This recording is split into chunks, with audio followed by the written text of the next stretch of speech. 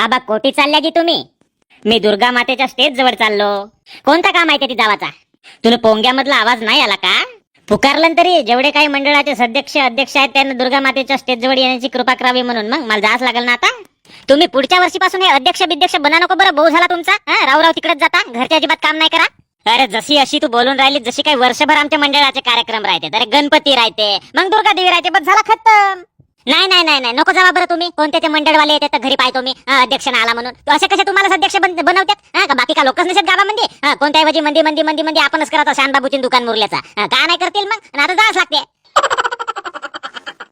पाय बायको, तू नाही का नुसती वारला वारला दाखवायला भाविक भक्ती नाही म्हणून दाखवतेस? काहीच तुझ्यात भाविकपणा नसेल, काहीच भक्त नसेस तू. या नवरात्रभर तरी शांत राह, जरासा शांतीचा मार्ग धर. नुसतं काहीच नाही करत, त्या नवरात्रीत उपास धरतेस आणि त्या उपासाच्या याच्या नावाखाली तू मस्त केड्या दमसवतेस, मस्त शेप दमसवतेस. काय अर्थ राहिला? साबुदाण्याची खिचडी खातेस, मस्त मस्त वाणीनं वाण खातेस. नाही याला का उपास म्हणतात? मग उपास म्हणजे उपाशी राहणे. जो पिवर पाण्याचा उपास धरते, नुसता पाणी पिऊन राहते, त्याला उपास म्हणतात. नाही तर हा का मस्त केड्या खावा, अंगूर खावा, शेप खावा, साबुदाण्याची खिचडी खावा. अरे हे तर खादाडपणा झाला.